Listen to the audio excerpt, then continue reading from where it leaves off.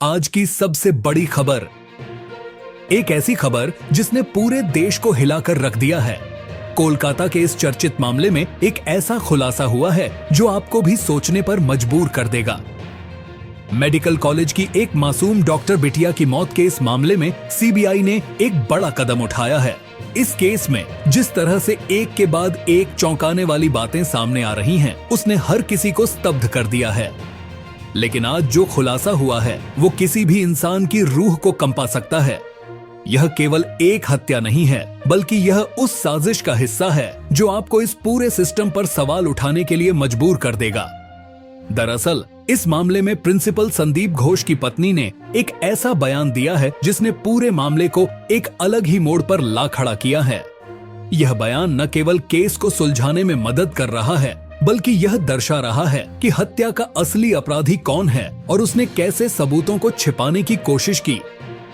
यह सिर्फ एक हत्याकांड नहीं है, यह उस भयावह साजिश का पर्दाफाश है जिसने पुलिस, प्रशासन और पूरे सिस्टम पर गंभीर सवाल खड़े कर दिए हैं। सीबीआई ने अब जो सबूत अपने हाथ में लिए हैं, वह इस केस को पूरी तरह बदलने के लिए काफी हैं। यह कहानी तब शुरू हुई जब एक उभरती हुई डॉक्टर, जिसे हम डॉक्टर बिटिया कहकर पुकारते हैं, की संदिग्ध मौत की खबर सामने आई।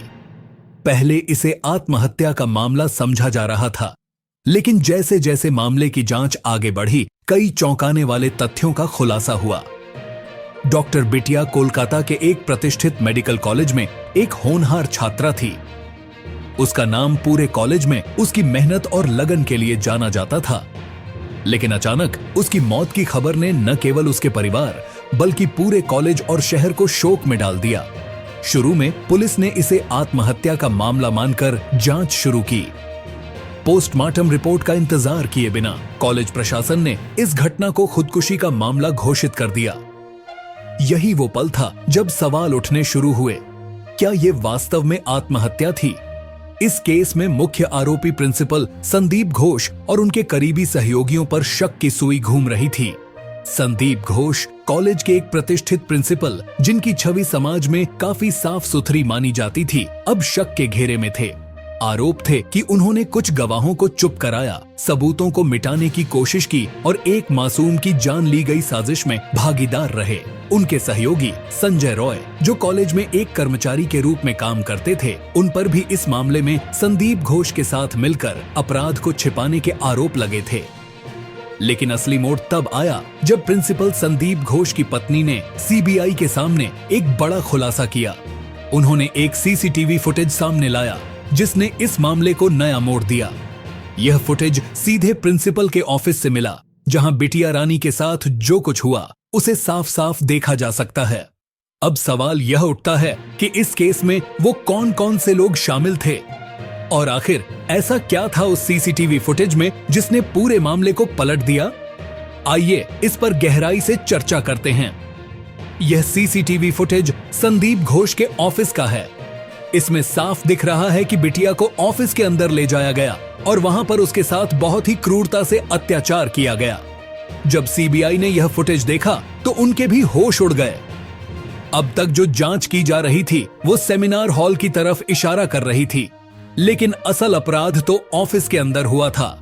इस फुटेज में साफ देखा जा सकता है कि बिटिया रानी के साथ किस तरह की बर्बरता की गई। उसके हाथों को तोड़ा गया, पैरों को चीरा गया और गले को दबाया गया। यह सभी कृत्य उसके शरीर पर बहुत ही क्रूरता से किए गए थे। और फिर जब यह जघन्य अपराध पूरा हुआ तो उसे घसीटकर सेमिनार हॉल में ले जाया गया। लेकिन मामला यहीं खत्म नहीं हुआ। प्रिंसिपल के आदेश पर पूरी ऑफिस को फिनाइल और केमिकल से धोया गया ताकि वहां से सारे सबूत मिटाए जा सकें। पूरे ऑफिस को साफ किया गया और फिर सेमिनार हॉल में एक फर्जी सीन क्रिएट किया गया, जैसे कि किसी फिल्म का सीन हो। आप यह सोचिए कि जिस व्यक्ति ने इतने खौफनाक तरीके से अपराध किया हो, उसने उस सीन को क्रिएट करने में कितनी चालाकी दिखाई होगी। इस पूरे सीन को देखकर पुलिस और जांच एजेंसियों को गुमराह करने की कोशिश की गई। यह अपराध कितना सोचा समझा और योजनाबद्ध था, इसका अंदाजा आप इसी बात से लगा सकते हैं कि सेमिनार हॉल को खास तौर पर एक अपराध स्थल के रूप में सेट किया गया था। यहाँ पर सवाल यह भी उठता है कि आखिर क्यों पुलिस ने इस मामले को पहले ही दिन से दबाने की कोशिश की। पीड़िता की मां का आरोप है कि जब वो अपनी बेटी को देखने अस्पताल गई तो उसे 3 घंटे तक मिलने नहीं दिया गया। एक मां के लिए यह कितना दर्दनाक होता है, यह सोच पाना भी मुश्किल है। उसकी बेटी के साथ हुआ यह अपराध और उस पर पुलिस द्वारा लगाए जा रहे झूठे आरोपों ने उसकी आत्मा को झकझोर कर रख दिया। उसकी मां ने आरोप लगाया है कि पुलिस ने उनसे कहा कि उनकी बेटी ने खुदकुशी की है, जबकि वो खुद जानती थीं कि उनकी बेटी ऐसा कुछ कर ही नहीं सकती। उस दिन पुलिस ने इस केस को खत्म करने के लिए हर संभव कोशिश की, लेकिन जब परिवार ने इस दबाव को झेलने से मना कर दिया और केस को आगे बढ़ाने का फैसला किया तो सच्चाई सामने आने लगी। इस बीच प्रिंसिपल संदीप घोष और उनके सहयोगियों ने पुलिस पर दबाव डाला कि इस मामले को दबा दिया जाए। उन्होंने संजय रॉय को पैसे देकर उसे सीन बनाने के लिए कहा। संजय रॉय ने हॉल में जाकर वही सीन क्रिएट किया जो उसे बताया गया था। पैरों को फाड़ना, हाथों को तोड़ना, गले को दबाना और शरीर पर हर एक अंग को नुकसान पहुंचाना, यह सब कुछ बहुत ही योजनाबद्ध तरीके से किया गया था। अब सवाल उठता है कि जब यह सारा अपराध इतनी चालाकी से किया गया तो आखिर पोस्टमार्टम रिपोर्ट से पहले ही प्रिंसिपल ने यह क्यों कहा कि यह आत्महत्या है। प्रिंसिपल का इस तरह से बयान देना इस बात का संकेत है कि वह इस साजिश में गहरे तक शामिल थे और यही सवाल है जो अब सीबीआई की जांच का केंद्र बना हुआ है। सीबीआई के हाथ में अब वो सबूत हैं जो यह साबित कर सकते हैं कि बिटिया के साथ जो भी हुआ वो केवल एक व्यक्ति का काम नहीं था। इसमें 20 से अधिक लोग शामिल थे और उन सभी की गिरफ्तारी की तैयारी चल रही है। प्रिंसिपल संदीप घोष की पत्नी के इस खुलासे के बाद सीबीआई ने कई लोगों पर सीधा शक जाहिर किया है और उन्हें गिरफ्तार करने के लिए छापेमारी शुरू कर दी है। इस केस ने पूरे देश में सनसनी फैला दी है। हर जगह लोग इस घटना पर अपना गुस्सा जाहिर कर रहे हैं। सोशल मीडिया पर हैशटैग जस्टिस फॉर बिटिया ट्रेंड कर रहा है। लोग सवाल कर रहे हैं कि आखिर कब तक इस तरह के अपराध होते रहेंगे और कब तक इन अपराधियों को सजा नहीं मिलेगी। पुलिस और प्रशासन पर भी सवाल उठ रहे हैं कि उन्होंने इस मामले को दबाने की कोशिश क्यों की। यह केवल एक हत्या नहीं है, यह हमारी न्याय व्यवस्था और कानून व्यवस्था की एक बड़ी नाकामी है। लेकिन इस केस में जो सबसे बड़ा सबक मिल रहा है वो यह है कि जब तक पीड़िता का परिवार न्याय के लिए लड़ता रहा तब तक सच्चाई सामने आती रही। अगर वे झुक जाते तो शायद यह केस भी उन्हीं सैकड़ों मामलों की तरह दब जाता जो कभी सुलझ नहीं पाए। अब इस केस की जांच एक निर्णायक मोड़ पर है। सीबीआई ने इस फुटेज के आधार पर कई नई धाराएं लगाई हैं और 20 से अधिक लोगों की गिरफ्तारी की तैयारी की जा रही है। देश भर के लोग अब इस केस में न्याय की मांग कर रहे हैं और आने वाले दिनों में कई नए खुलासे होने की संभावना है। अगर आप भी डॉक्टर बिटिया को न्याय दिलाने के लिए हमारी इस मुहिम का हिस्सा बनना चाहते हैं तो इस वीडियो को जरूर लाइक करें, शेयर करें और हमारे चैनल को सब्सक्राइब करें। आपकी एक छोटी सी प्रतिक्रिया, एक लाइक और एक कमेंट बिटिया रानी की आत्मा को सच्ची श्रद्धांजलि होगी।